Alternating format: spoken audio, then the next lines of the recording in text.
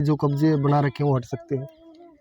जी देखो, इस पे कार्रवाई करना तो उचित है। देखो, विधायक की तरफ से तो हमें कोई सहयोग मिला नहीं है। जी बिल्कुल, मेरे गांव की 23 गलियां हैं। 23 की गलियां आप बाकायदा घूमकर देख सकते हैं। कमियां क्या है मैडम आपके गांव में जो आपकी नजर में आई हो? लोग वास्तव में ऐसा ढाणा गांव बन चुका है कि हरियाणा के हर कोने कोने में ढाणा गांव की सुंदरता की चर्चा हो रही है। चैनल के सभी दर्शकों को मेरा सादर प्रणाम और सभी हल्का वासियों को, ग्राम वासियों को, ग्राम पंचायत ढाणा खुर्द की तरफ से मकर संक्रांति की हार्दिक शुभकामनाएं। इससे सुंदर पार्क के अंदर मौजूद जो हरियाणा में चर्चा का विषय बने हुए, क्या वास्तव में ऐसा ढाणा बना हुआ है कि पूरे हरियाणा में इसकी चर्चा है? इतना सुंदर गांव बना दिया है कि उसकी चर्चा आजकल लोकसभा और विधानसभा में भी होने लगी है। मकर संक्रांति है, ये आज के दिन सूर्य भगवान मकर राशि में प्रवेश करते हैं और लोगों की मंगल कामना करते हैं कि उनका भविष्य अच्छा होगा। हरियाणा में एक प्रोग्राम किया गया है।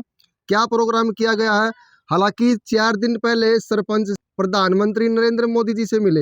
ये केवल एक सरपंच है, न कोई ब्लॉक के प्रधान है, न कोई जिला के प्रधान है, न सरपंच एसोसिएशन के प्रदेश अध्यक्ष है। एकमात्र ऐसी महिला है हिसार की जो प्रधानमंत्री जी से मिली है।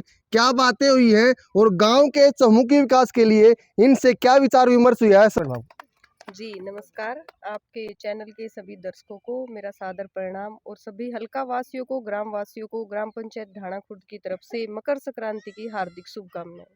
आज देखो, साल का पहला पर्व है मकर संक्रांति, तो उसी के उपलक्ष्य में बहनों के लिए एक प्रोग्राम रखा गया था। सब मिल बांट के इसको अच्छे से खुशी के साथ इस पहले पर्व को मनाया जाए, खुशियों के साथ साल की शुरुआत की जाए। ढाणा गांव का नाम चर्चा में बना हुआ है। क्या वास्तव में ऐसा ढाणा गांव बन चुका है कि हरियाणा के हर कोने कोने में ढाणा गांव की सुंदरता की चर्चा हो रही है? हरियाणा के सबसे सुंदर गांव ढाणा खुर्द अपने आप में चर्चा का विषय है, क्योंकि इतना सुंदर और भव्य विशाल पार्क यह बनाया गया है, जहां पर 2000 टाइप्स के पौधे लगाए गए हैं और 500 प्रकार के फूलों की वैरायटी यहाँ लगाई गई है। आप देख सकते हैं चारों ओर अपना कैमरा घुमाकर, जो पार्क की दीवारें हैं उन पे पत्थरों से शिलाकारी की गई है, स्टील के गेट लगाए गए हैं। गांव का एक भव्य सुंदर तोरण द्वार बनाया गया है। गांव की हर एक गली पक्की है और साफ और सुथरी नालियां हैं। पूरा ढाणा गांव ऐसा है, हर गली पक्की है, हर गलियों के सामने पेड़ पौधे या लाइटों की सुविधा है। जी बिल्कुल, मेरे गांव की 23 गलियां हैं। 23 की गलियां आप बाकायदा घूमकर देख सकते हैं। 23 की 23 गलियां पक्की है और सफाई का विशेष प्रबंध है। हर जगह हमने डस्टबिन रखे गए हैं टीम नरेश के द्वारा और हर एक नाली साफ है। स्ट्रीट लाइटें भी लगाई गई है और गांव के जो मुख्य कॉर्नर है वहां पर कैमरों का इंतजाम किया गया है। कमियां क्या है मैडम आपके गांव में जो आपकी नजर में आई हो, लोगों ने आपको अवगत कराया? मोटी कमी है जो आप उसको खुद ही जानते हो? कमी तो देखो, मैं सरकार को भी इससे अवगत करवाना चाहूँगी। जी।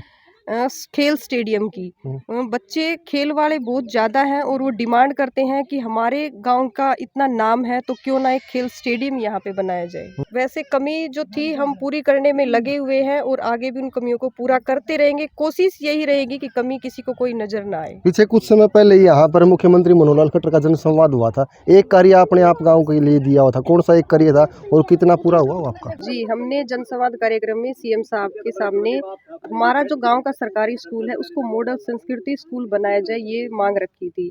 लेकिन स्टार्टिंग में सिर्फ एक लेटर आया था, उससे आगे कोई कार्रवाई नहीं की गई। तो मैं सरकार से मांग करती हूँ हमारे खट्टर साहब से कि उसके ऊपर कोई उचित कार्रवाई की जाए, उस काम को आगे बढ़ाया जाए। अभी आप प्रधानमंत्री जी से मिले हो, संसद में चर्चा हो रही है कि हिसार के एकमात्र सरपंच है जो प्रधानमंत्री जी से मिली है। मिलने का क्या कारण था और क्या विचार विमर्श हुआ?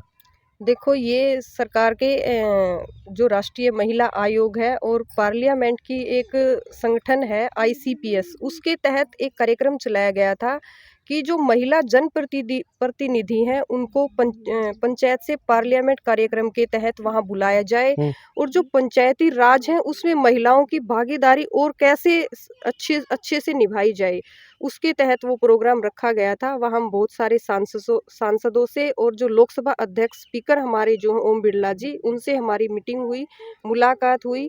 हमें सेंट्रल हॉल जहाँ पर संविधान सभा लिखी गई थी वहाँ पर हमें बैठाया गया। वहाँ विजिट करके बहुत अच्छा लगा। देखो, विधायक की तरफ से तो हमें कोई सहयोग मिला नहीं है, फिर भी हमारे जो गांव की फिरनी का जो विधायक जी बोल के गए थे वो अभी तक पूरा नहीं हुआ है। जो सरकार के थ्रू जो कब्जे हटाने हैं वो हटाए नहीं गए हैं और जो कब्जे हटाने के बाद जो लोग बेघर होंगे उनके लिए कुछ सरकार की तरफ से सुविधा मुहैया करवाई जाए, ये मैं विधायक जी से रिक्वेस्ट करूंगी। क्या आपका गांव ढाणा भी अवैध कब्जे के ऊपर बसा हुआ? ज़्यादा तो नहीं कह सकते, कुछ 1% हो सकता है। जो कब्जे बना रखे हैं वो हट सकते हैं? जी देखो, इस पे कार्रवाई करना तो उचित है, लेकिन जो अगर उनके घर टूटते हैं या जो लोग बेघर होंगे, उनको भी कुछ सुविधा सरकार की तरफ से दी जाए। आज जी, बिल्कुल।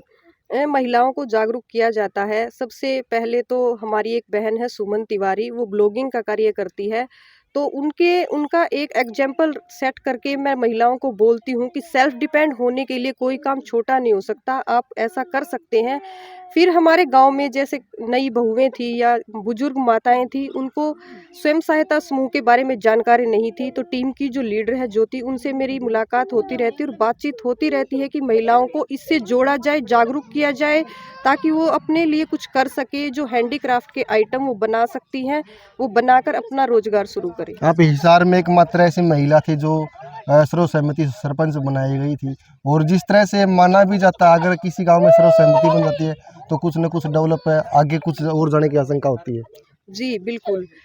जो सरकार की तरफ से एक पुरस्कार राशि दी जाती है, जो निर्विरोध सरपंच या जो पंचायत चुनी जाती है उसके थ्रू, तो वो राशि हमें सरकार की तरफ से मिली है और हम उसको और डेवलपमेंट के कार्यों में अच्छे से लगाएँगे और गाँव का और विकास करेंगे। धन्यवाद आपका। कभी कभी समाज सेवी का जिक्र आता है तो नरेश यादव और डाणा वाले का जरूर जिक्र आता है, उनकी धर्मपत्नी शारदा देवी। नमस्कार जी। स्वागत आपका। हाँ जी, आपको थैंक। मेरे परिवार की तरफ से, मेरे गांव की तरफ से आपके चैनल को भी हार्दिक शुभकामनाएं। जो कार्यक्रम यहाँ पर हुआ किस तरह का कार्यक्रम था?